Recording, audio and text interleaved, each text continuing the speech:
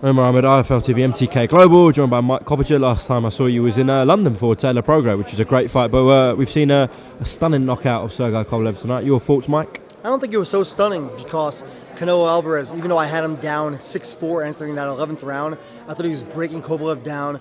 We've seen that Kovalev doesn't really have a lot of dog in him. He basically quit against Andre Ward in the rematch. Leader Alvarez broke him down, and Canelo seemed to be breaking him down.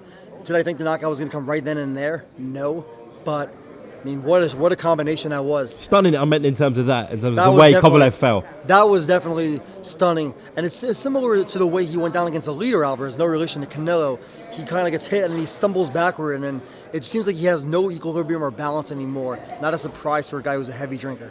So how did you have it before the stoppage? I had Kovalev up 6-4 entering the 11th round. I could see 6-4 Canelo, close enough fight, but Canelo was the one that was coming on strong. I mean, we've seen that Kovalev is kind of a front runner, right?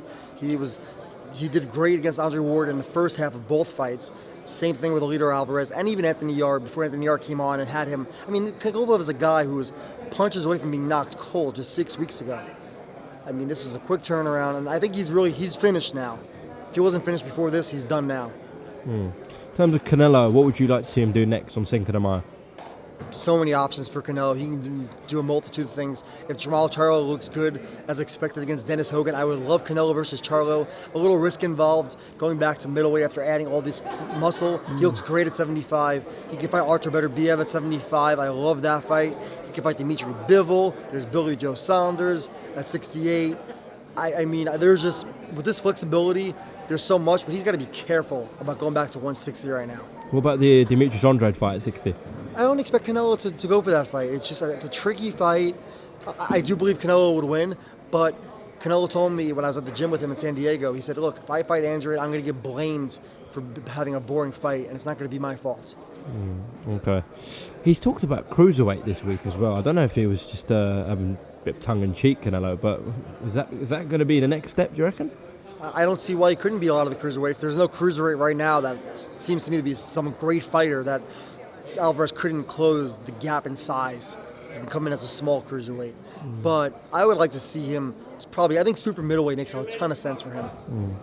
I mean, if he goes and does cruiserweight though, let's just say, what's next going to be? An all-Mexican clash with Andy Ruiz at heavyweight?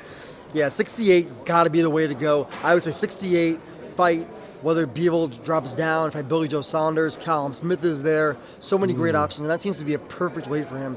So I think going back to middleweight now is a little risky. We saw what happened there, Tarver against Roy Jones. Roy Jones had been at 75 for the longest time, reigned supreme, #1 fighter in the sport, goes up to heavyweight, beats John Ruiz, drops back down, life and death with Tarver in the first fight, and then knocked cold in the rematch.